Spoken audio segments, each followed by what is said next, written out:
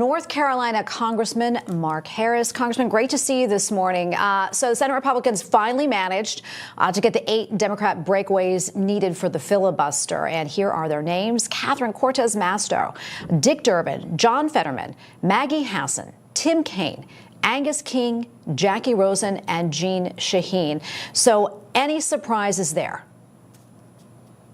Well, I'm just, first of all, Tracy, grateful to be with you today. And I'm grateful that these 8 Democrats came to their senses and stepped away from Chuck Schumer and this crazy shutdown. Listen, it was based on utter nonsense from the beginning. Their whole position was. And what really is sad is that the American people have felt this politics of pain that they intended to place upon us, when really they ended up with the same deal that was offered to them on September 30th. Very little has changed whatsoever from what it would have been that John Thune promised them on September 30th what would happen, and here we are, finally getting this approval.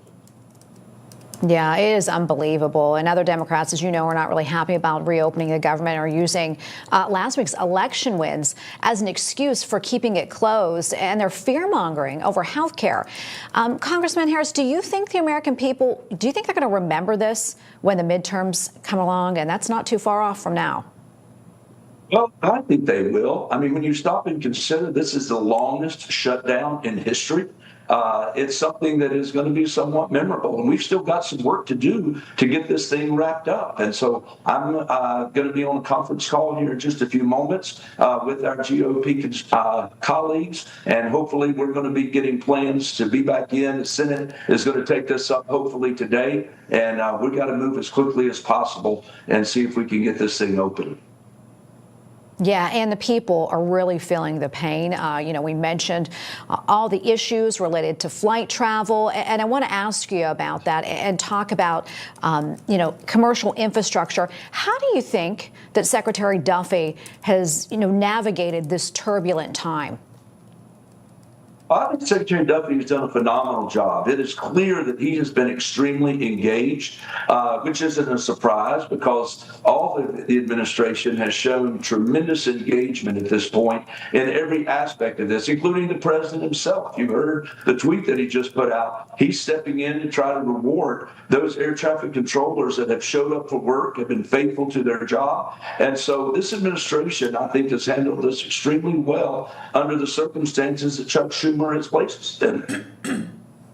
Yeah, and let me ask you this candidly. Do you think, because of all the issues that we've had with flight travel, especially here at Reagan, in our nation's capital, do you think that maybe played into things and trying to wrap up this shutdown in Congress?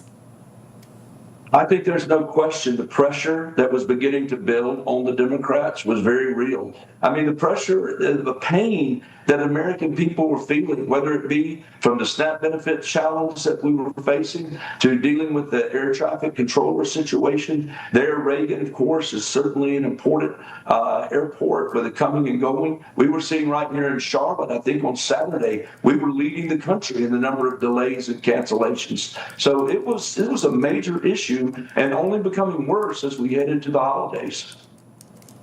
Yeah, and there's still a trickle-down effect. I mean, even when we get this wrapped up, and when do you think actually, Congressman Harris, this will take place? Because there's still a process.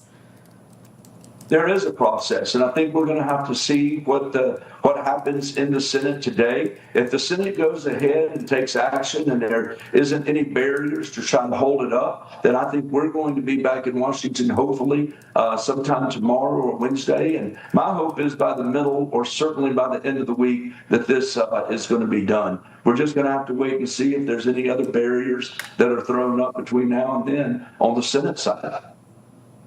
Yeah, we'll be watching and waiting for that. Congressman Mark Harris, great to be with you, sir. Thank you so much. Thank you for having me.